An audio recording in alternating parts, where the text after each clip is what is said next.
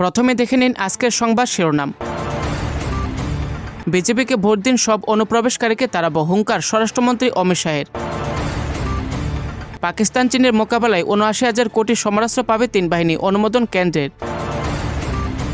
ইউনূসের বাংলাদেশে অব্যাহত দেশের আগুন, এবার পিরোজপুরের ৫টি হিন্দু বাড়ি জ্বালিয়ে দিল দুষ্কৃতীরা। গত ৩ বছরে গোটা দেশে স্কুলের ফি বেড়েছে ৫০ থেকে ৮%, দাবি রিপোর্টে। ইউনেস্কো স্বীকৃতিকে সম্মান, দুর্গা অঙ্গনে শিলান্যাস করে বিরোধীদের জবাব মমতার। বাংলাদেশে কর্মরত ভারতীয়দের ওয়ার্ক পারমিট বাতিলের দাবি ইনকিলাব মঞ্চের। বিএলএরা নেই কেন, হুগলি কেন্দ্রে ঢুকে শুনানি বন্ধ করলেন তৃণমূল বিধায়ক। রাশিয়া ইউক্রেন যুদ্ধ কি তবে শেষ, জেলেনস্কির সঙ্গে বৈঠকের পর বড় ঘোষণা ট্রাম্পের। কুয়াশা চাদর ঢাকা দিল্লি এনসিআর, থমকে জনজীবন বন্ধ, স্কুল বিভ্রাটে বিমান পরিষেবা। অন্ধ্রপ্রদেশে টাটানগর এর্নাকুলম এক্সপ্রেসে আগুন, গভীর রাতে পড়ল 2টি কামরা। বিজেপিকে ভোট দিন, সব অনুপ্রবেশকারীকে তাড়াবো, হুঙ্কার স্বরাষ্ট্রমন্ত্রী অমিত শাহের। আরও 5 বছরের জন্য ক্ষমতায় ফেরালে সব অনুপ্রবেশকারীকে তাড়াবে বিজেপি। অসমে গিয়ে আবার হুঙ্কার দিলেন কেন্দ্রীয় স্বরাষ্ট্রমন্ত্রী অমিত শাহ। সোমবার অসমের নোয়াগাঁওয়ে নব্য বৈষ্ণব ধর্মের প্রচারক শ্রীমন্ত শঙ্করদেবের জন্মস্থান পুনর্নির্মাণ প্রকল্পের উদ্বোধন করতে গিয়েছিলেন শাহ। সেখানে তিনি বলেন, শ্রীমন্ত শঙ্করদেবের জন্মস্থানও জবরদখল করে রেখেছিল অনুপ্রবেশকারীরা। আমরা খালি করিয়েছি, তারপরই এই শ্রীমন্ত শঙ্করদেবের এই জন্মস্থান পুনর্নির্মাণ করা হলো। শুধু এই এলাকায় নয়, রাজ্যের আরও 1 লক্ষ বিঘা জমি থেকে অনুপ্রবেশকারীদের উৎখাত করা হয়েছে। কংগ্রেসই ওদের ওখানে এনে রেখেছিল, কারণ ওরা কংগ্রেসকে ভোট দেয়, ওরা কংগ্রেসের ভোট ব্যাংক। বিজেপিকে আরও 5 বছরের জন্য রাজ্যে ক্ষমতায় আনার আহ্বান জানান শাহ। বলেন, বিজেপিকে ভোট দিন, সব অনুপ্রবেশকারীকে তাড়াবো, শুধু অসম থেকে নয়, গোটা দেশ থেকে তাড়াবো। আমি মুখ্যমন্ত্রী হিমন্ত বিশ্ব শর্মাকে ধন্যবাদ জানাতে চাই। ওর সরকারই অনুপ্রবেশকারীদের দখল করা জমি উদ্ধার করেছে। অনুপ্রবেশে জাতীয় নিরাপত্তা বিঘ্নিত হয়, অসমের সংস্কৃতিও নষ্ট হয়ে যাচ্ছে অনুপ্রবেশকারীদের জন্য। একমাত্র বিজেপি পারে অনুপ্রবেশ ঠেকাতে। ইউনেস্কো স্বীকৃতিকে সম্মান, দুর্গা অঙ্গনে শিলান্যাস করে বিরোধীদের জবাব মমতা। বাঙালির সেরা উৎসব দুর্গাপুজোর রেশ এবার থাকবে সারা বছর ধরে। বছরে ৩৬৫ দিনই দেবী দুর্গার পূজা করা যাবে। আলাদা আলাদা মণ্ডপে হবে লক্ষ্মী সরস্বতীর পুজো। পূর্ব ঘোষণা মতো সোমবার বিকেলে নিউ টাউনে দুর্গা অঙ্গনে শিলান্যাস করে এর বিশেষত্বের কথা সবিস্তারে বর্ণনা করলেন মুখ্যমন্ত্রী মমতা বন্দ্যোপাধ্যায়। জানালেন, আগামী 2 বছর অর্থাৎ 2027 সালের ডিসেম্বরের মধ্যেই এই অঙ্গন তৈরির কাজ শেষ হবে। 26-এর ভোটের আগে মুখ্যমন্ত্রী হিন্দুত্বে জোর দিচ্ছেন বলে বিরোধীরা যে আরোপ তুলেছিলেন তারও জবাব দিলেন তিনি। বললেন, আমি সব ধর্মকে শ্রদ্ধা করি, সব ধর্মের অনুষ্ঠানে থাকি, কারণ আমি মনে করি ধর্ম যার যার, উৎসব সবার। জানেন এই দুর্গাঙ্গন কেন তৈরি করা হচ্ছে? যারা প্রশ্ন তুলছেন তাদের বলি, ইউনেস্কো আমাদের সবচেয়ে বড় উৎসব দুর্গাপূজাকে কালচারাল হেরিটেজের তকমা দিয়েছে। তাদের স্বীকৃতিকে সম্মান জানাতে এই দুর্গা অঙ্গন তৈরি করা হলো। সারা বছর এখানে মা দুর্গার নিত্য পুজো হবে।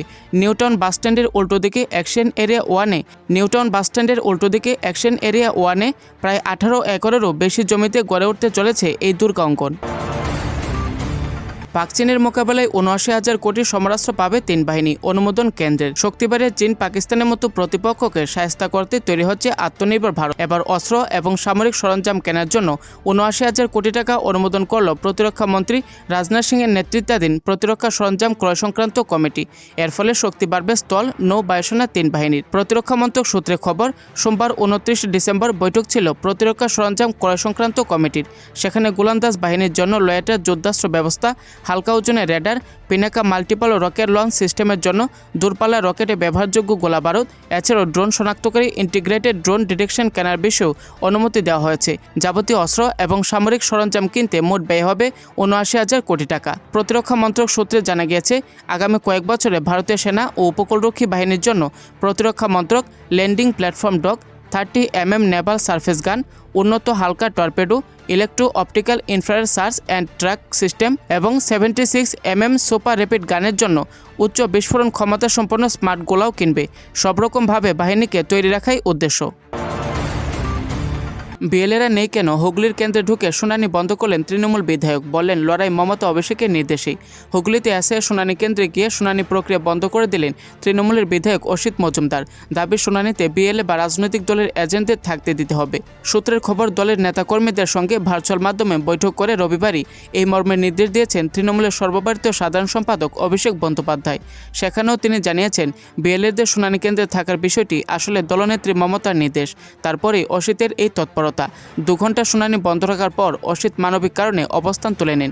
গত শনিবার থেকে রাজ্যে এসআইআর শুনানি পর্ব শুরু হয়েছে। অভিযোগ কমিশনের প্রক্রিয়ায় এখনও অনেক ত্রুটি রয়েছে।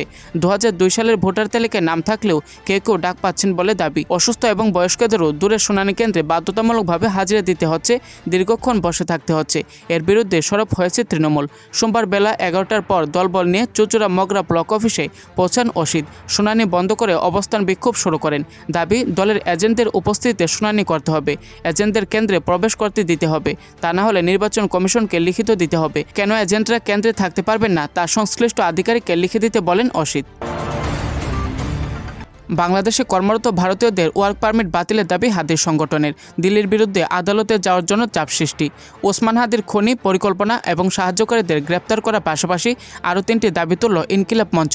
রবিবার রাত 11:45 নাগাদ ঢাকার শাহবাগ চত্বরে তাদের সর্বাত্মক অবরোধ কর্মসূচি থেকে এই 4 দফা দাবি ঘোষণা করা হয়।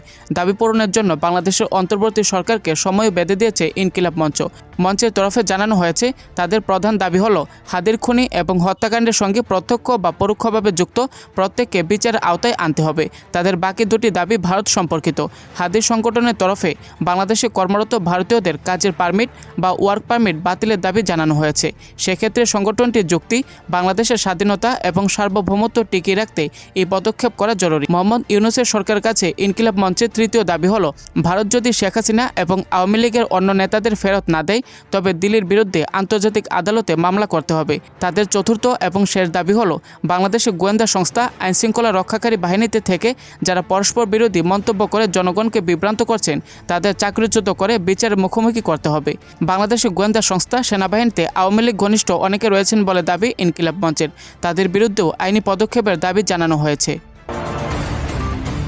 অন্ধ্রপ্রদেশের টাটানগর এর্নাকুলম এক্সপ্রেসে আগুন, গভীর রাতে পড়ল 2টি কামরা। অন্ধ্রপ্রদেশের ট্রেনে অগ্নিকাণ্ড। রবিবার রাত 12:45 নাগাদ বিশাখাপত্তনমের কাছে আনাকাপল্লির এলামাঞ্চিল এলাকায় টাটানগর এর্নাকুলম এক্সপ্রেসে আগুন ধরে যায়। বিশাখাপত্তনম থেকে জায়গাটির দূরত্ব 66 কিলোমিটার। রেলের তরফে জানানো হয়েছে, চলন্ত অবস্থাতেই ট্রেনটিতে আগুন লেগেছিল। তা দেখতেই চালক দ্রুত ট্রেন থামান এবং জ্বলন্ত কামরা থেকে যাত্রীদের বার করার ব্যবস্থা করেন। ফলে 2টির বেশি কামরায় আগুন ছড়ায়নি। রেল আধিকারিক জানিয়েছেন, পড়ে যাওয়া 2টি কামরার প্রথমটিতে 82 জন এবং দ্বিতীয়টি 76 জন যাত্রী ছিলেন। B1 কামরা থেকে একজনের মৃতদেহ উদ্ধার করা হয়েছে। ক্ষতিগ্রস্ত কামরা দুটিকে মূল ট্রেন থেকে দ্রুত বিচ্ছিন্ন করে দেওয়া হয়। কী কারণে রাতে চলন্ত ট্রেনে হঠাৎ আগুন লাগলো তা এখনও স্পষ্ট নয়। তবে অগ্নিকাণ্ডের কারণ খতিয়ে দেখতে ইতিমধ্যে 2টি ফরেনসিক দল ঘটনাস্থলে পৌঁছেছে।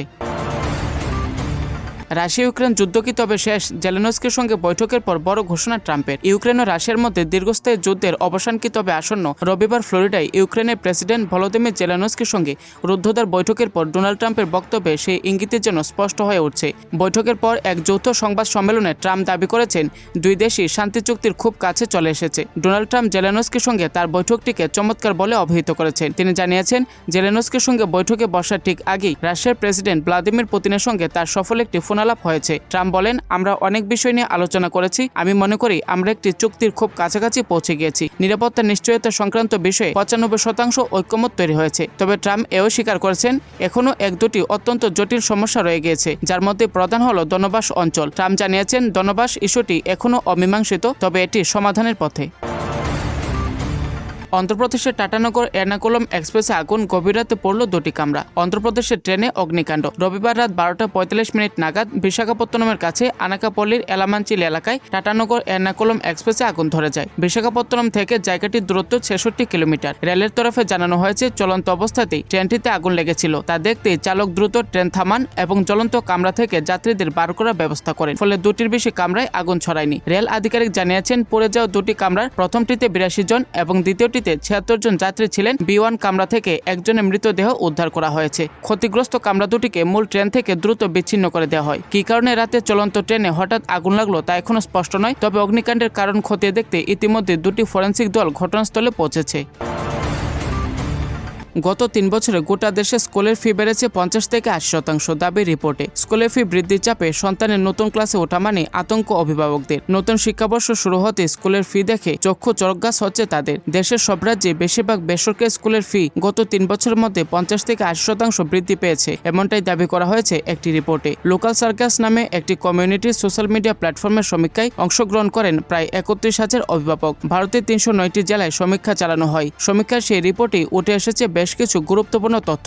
অংশগ্রহণকারীদের মধ্যে 44% জানিয়েছেন তাদের সন্তানের স্কুল গত 3 বছরে 50 থেকে 80% ফি বৃদ্ধি করেছে। 80% দাবি সন্তানের স্কুলের বেতন গত 3 বছরে বেড়েছে 30 থেকে 50%। 93% অভিভাবক বেসরকারি স্কুলের এই ফি দৌরাত্ম্য নিয়ে রাজ্য সরকারকে দায়ী করেছেন। তাদের অভিযোগ, রাজ্য সরকার স্কুলগুলিকে ফি বাড়ানো নিয়ে কড়া নির্দেশ ও সঠিক নিয়মাবলী মানার নির্দেশ দিলে পরিস্থিতি এমন হয় না। কুয়াশার চাদরে ঢাকা দিল্লি এনসিআর, থমকে জনজীবন বন্ধ, স্কুল বিভ্রাটে বিমান পরিষেবা। ঠান্ডা ও ঘন কুয়াশার দাপটে দৃশ্যমানতা কমে আসায় সোমবার সকাল থেকে বিপর্যস্ত হয়ে পড়েছে দিল্লি ও পার্শ্ববর্তী এনসিআর অঞ্চল। কুয়াশার কারণে বিমান ও ট্রেন চলাচল যেমন ব্যাহত হয়েছে, তেমনি দূষণের মাত্রা পৌঁছেছে বিপজ্জনক পর্যায়ে। সমগ্র পরিস্থিতি বিবেচনা করে নয়ডা প্রশাসন 29 ডিসেম্বর থেকে 1 জানুয়ারি পর্যন্ত সমস্ত স্কুল বন্ধ রাখার নির্দেশ দিয়েছে। দৃশ্যমানতা কম থাকায় সোমবার সকাল থেকে ইন্দিরা গান্ধী আন্তর্জাতিক বিমানবন্দরে বিমান চলাচল ব্যাহত হয়েছে। ইন্ডিগো একটি নির্দেশিকা জারি করে জানিয়েছে, দৃশ্যমানতা কম থাকায় বহু বিমানের সময়সূচি পরিবর্তন করা হয়েছে। সেই সঙ্গে অনেক বিমান নামতে ও ছাড়তেও দেরি হচ্ছে।